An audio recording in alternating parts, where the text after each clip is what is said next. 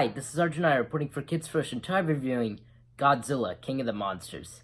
This is the slam fest we've all been waiting for since that first Godzilla movie, of course, and as Kong Skull Island came along and teased this.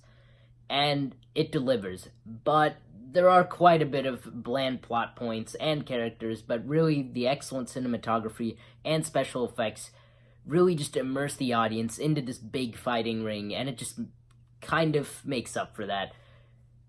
Really, any fan of monster movies or just summer blockbusters in general have to check this out on the biggest screen possible. This film follows the secret agent Monarch, which is introduced from last movie, as the members of it face against a battalion of god-sized monsters, or kaiju, of course.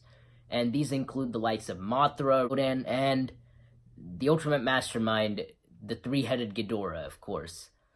But these threats really just threaten humanity, and Earth could come to an apocalypse, but sometimes one must fight fire with fire, and that only hope relies in the mighty kaiju Godzilla, who anyways intends to kill these monsters for dominance. Now, if you're looking for a movie with excellent performances, the most memorable characters, and just a overall storyline that makes sense cohesively, this is just not the movie for you. But if you know what you're getting into, which is just a big monster, all-out brawl, then you're going to enjoy what it has in store. Now, of course, we do have a lot of A-list actors like Chandler, Vera Farmiga, Millie Bobby Brown of Stranger Things fame, of course, Ken Watanabe, Z Zhang, Bradley Whitford, and Sally Hawkins, of course, and really all of them do the best with what they're given, but the mediocre screenplay here just really gives the human scenes this lethargic feel almost, and the family drama between Kyle Chandler's Mark Russell and Vera Farmiga's Emma Russell, of course,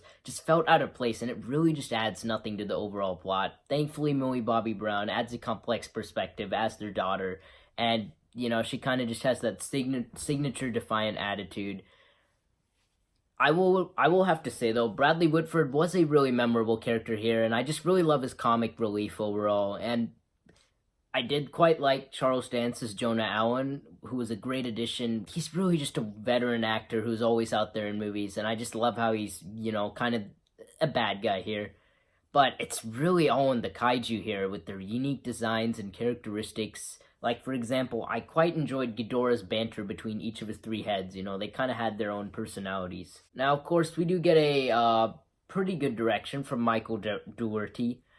I do admit that I missed the small-scale feel that the 2014 Godzilla, for all its complaints, had, but there really is just tons of more action and fight scenes here, and that, in a way, should alleviate all the fans' complaints about the lack of fights and monster screen time in the previous movie.